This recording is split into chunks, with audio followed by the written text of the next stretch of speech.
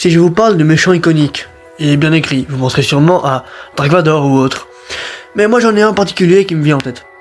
Mon favori, William Afton, ou le Purple Guy, meurtrier emblématique de la licence Five Nights at Freddy's. Et certains me diront que non, c'est pas un bon méchant, il est pas si profond.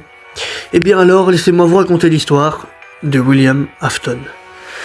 Tout commence dans les années 70.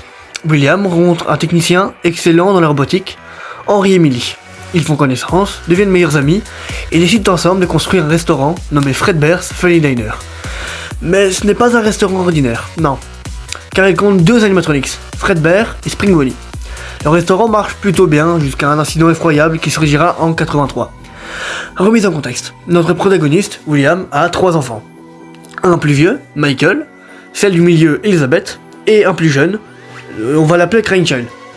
Michael, l'aîné, s'amuse à harceler son petit frère qui est terrifié par les animatronics. Et bien, c'est à cause de mauvaises blagues de Michael qu'a lieu la fameuse morsure de 83.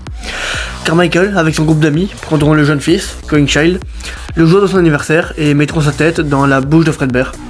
Ce qui écrasera le crâne du pauvre garçon, qui après une longue semaine de coma rempli de cauchemars, celui-ci finira par décéder.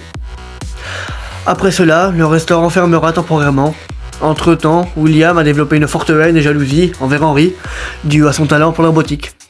Le Fredbear's Funny Diner ferme et réouvrira pour l'anniversaire de la fille d'Henry, Charlie, qui sera enfermée dehors par ses camarades, puis froidement assassiné par William Afton. Mais pourquoi William a-t-il fait ça, me demanderez-vous? Eh bien, on n'a pas encore de réponse claire. Car certains disent par haine et envie, d'autres par folie ou alcoolisme. Le restaurant ferma définitivement ses portes, puis entre-temps, 5 enfants furent tués et portés disparus. William Afton, en costume de Spring Bonnie, a attiré 5 enfants, les a assassinés et caché leurs corps dans les animatroniques respectifs de Freddy, Bonnie, Chica, Foxy et Golden Freddy. Mais grâce aux expériences qu'Afton a réalisées sur les corps des enfants morts, il découvrait une substance permettant d'accrocher une âme à du métal. Cette substance est nommée Remnant.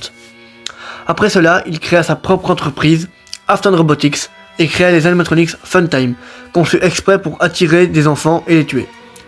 L'animatronics principal du show, Circus Baby, finira par tuer la fille de William, Elizabeth, et les Funtime furent retirés.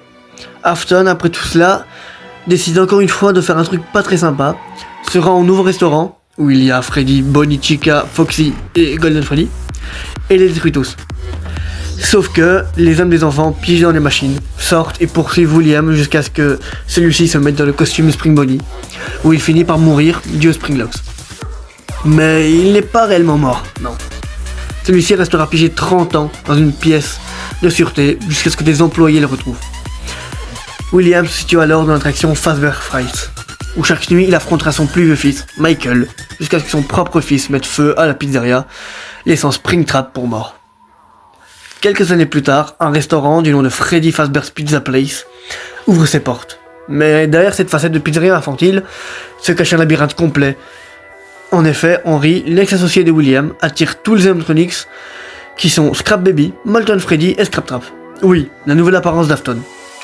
Mais le samedi de la première semaine d'ouverture du restaurant, Henry, accompagné de Michael, mettra un terme aux agissements et à la vie de ces âmes maudites, en les piégeant et en déclenchant un incendie dans le restaurant.